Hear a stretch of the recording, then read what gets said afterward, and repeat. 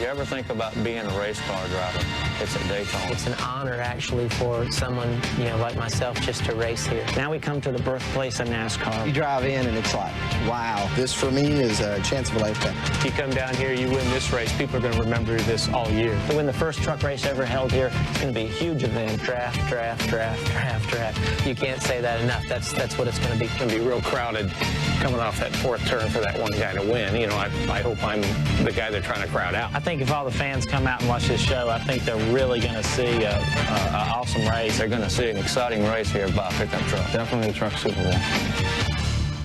2000 was the start of the 6th season of the Craftsman Truck Series. The season typically opened with Homestead, but this year it was a completely different ballgame. After not running a super speedway race in the first 5 full seasons, Daytona was going to kickstart the year.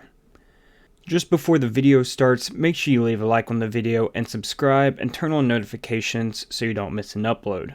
We're closing on 50,000 subscribers, and it would mean the world to me if you guys could help me get there. Anyways, let's get into the video. The Truck Series at Daytona. This was groundbreaking since the trucks primarily raced on short tracks.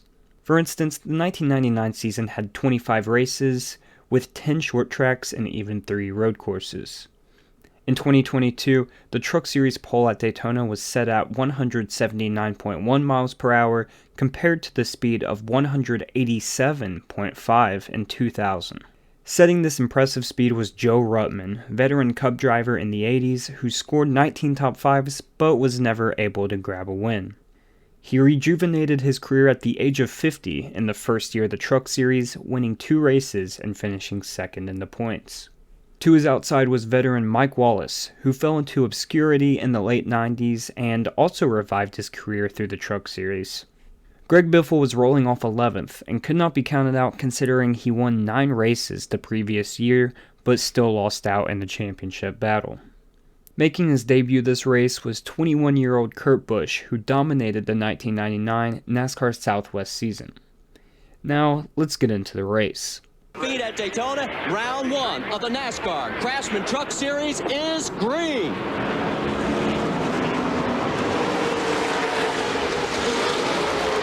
There was a consistent battle for the lead at the beginning of the race, with 4 different leaders in the first 5 laps, but it was Mike Wallace who settled into the lead until lap 12.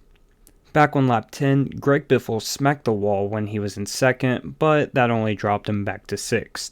The early portion of the race was pretty exciting with the slingshot move on full display.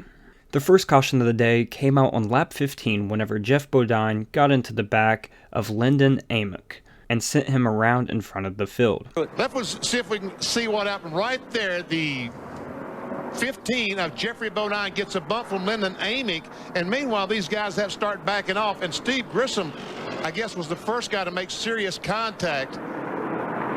And the 24 car and the 3 car, I think Rick Crawford also was involved in the 14.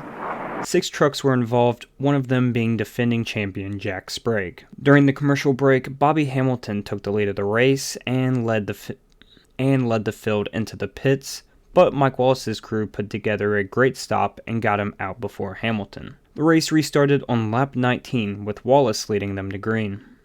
At the Daytona 250, Mike Wallace leads him down into turn number 1. On the restart, the front of the field was broken up, but was quickly caught up by the rest of the pack. The next lap, Bobby Hamilton, with help from Joe Ruttman, was able to make a move on Mike Wallace. Outside lines continuing by, and here's a battle for the lead. Is this Ruttman or Hamilton? It's Hamilton and Ruttman teamed up together, going by Mike Wallace. Bye-bye, Mike. On lap 24, the second yellow of the day came out. It's right now and all the way back up to the front, where it is still Mike Wallace in front of Marty Houston. Oh, and a spin, and it's Mike Cope. He keeps it off the wall. Hold on, Mike. It looks like his left rear went down. Yes, he has a flat tire. Mike Cope's left rear tire went down and sent him spinning right in front of pit road. Between 1993 and 1996, Mike Cope won 14 races and 2 championships in the Slim Jim All-Pro Series. However, his NASCAR career never really panned out, and only had 5 more races after this one before leaving the sport. Also under caution, Ron Barfield lost a tire and amazingly made it to pit road without severely damaging his truck. Many of the leaders pitted, but some drivers stayed out, including Terry Cook, who nearly lost it on the restart. Oh, no, that was Terry Cook that got loose. Another of the yellow trucks. We're back to green flag racing. And that is something that we have not seen in a long time at Daytona. Cars spinning the wheels, or trucks spinning the wheels on the restart. Very quickly, it was Mike Wallace and Bobby Hamilton who shuffled back up to the front and battled for the lead. A 9-lap green flag run came to an end after the yellow wave for the 3rd time. Leader Mike Wallace had a flat tire, which shuffled Terry Cook back to the lead with Kurt Busch behind him. On board, going down in turn 1. And we've got a crash. This is a live shot. Randy Renfro almost goes over as he nails Bobby Hamilton. Manages to get it under control. That's Bobby Hamilton. Busch was tagged by Joe Ruttman, but saved it. Unfortunately, Bobby Hamilton, who had a top 2 truck all day, had to take evasive action and wasn't able to save it. He clipped Randy Renfro, who nearly turned over. Both Hamilton and Renfro were done for the day. Get by. But Randy Renfro just gets clipped. That's Randy Tolsma and also Marty Houston wrapped up in that. Don't know how much damage they had on their trucks. Randy continues to race up to this day and even made his first Cars Late Model Tour debut in 2018 at the age of 60. This wreck was a huge break for Wallace, who was able to stay on the lead lap.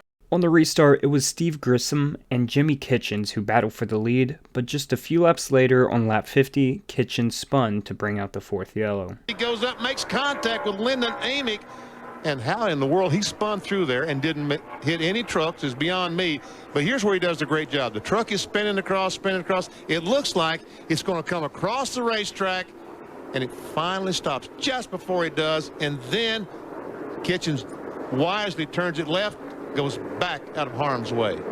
It was a great save from him, not to hit anything, but receive damage sliding through the grass.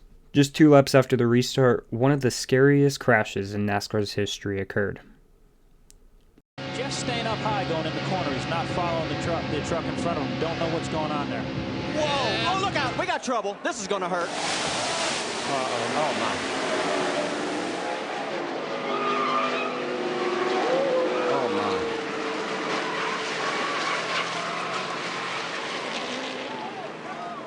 Yep. Keep your fingers crossed.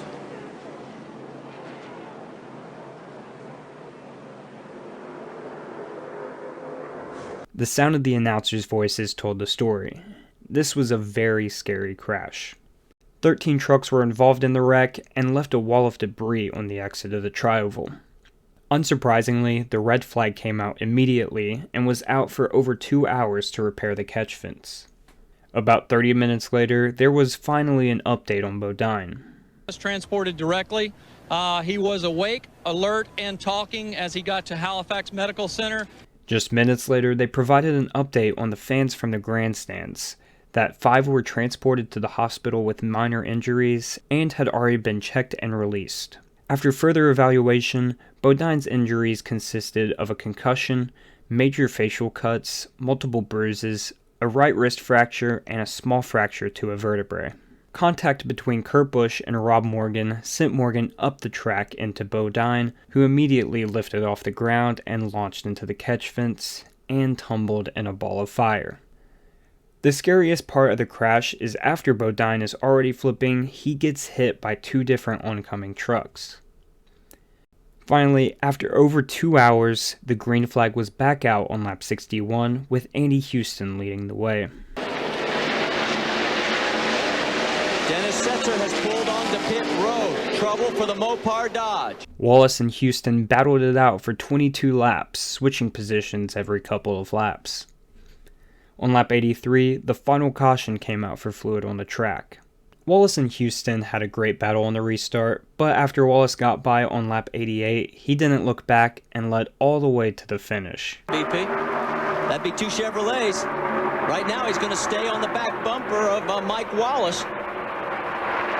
Two abreast down the backstretch. Dennis Setzer is a lap down. He is trying to get back in position to become the 9th truck on the lead lap. So far, there are 8. Oh, man. Dennis Setzer, we saw him working on the road. It happened here for Lee Petty. It happened here for Dan Gurney. Who's it going to happen for? We've got 2 turns remaining. Will it be Andy Houston, Mike Wallace, Kurt Busch, rookie Kenny Martin in his first ever truck race? Oh, Andy Houston way low. He almost crashed coming up for me. Here comes Mike Wallace in the lead. Mike Wallace, 2 years in a row, is going to win the first race of the NASCAR Craftsman Truck Series and the inaugural Daytona 250.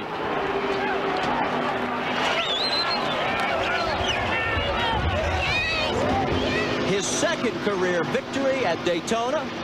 Remember the ARCA race? He'd go on to win another race just a few weeks later, and this 2000 season would be his best season in his NASCAR career, finishing 4th in the points. Andy Houston got redemption after losing out on the Daytona win and scored 2 of his 3 career victories in the 2000 season. He also finished 3rd in the final points, but never ran a full season at any level in NASCAR again. Kenny Martin finished top 5 in his first ever truck race, but he only raced in 6 more races and never got another shot in NASCAR. Greg Biffle went on to win the 2000 championship with a ridiculous 5.8 average finish, including 18 top 10s, 18 top 5s, and 5 wins. So that's it, guys. That is the story of NASCAR's first Truck Series race at Daytona. It was a wild one with great battles, great storylines, and some crazy wrecks as usual. So guys, I hope you did enjoy the video. Make sure you leave a like if you did enjoy, and subscribe if you are new to the channel or you haven't already. Anyways guys, I'll see you in the next video. Peace.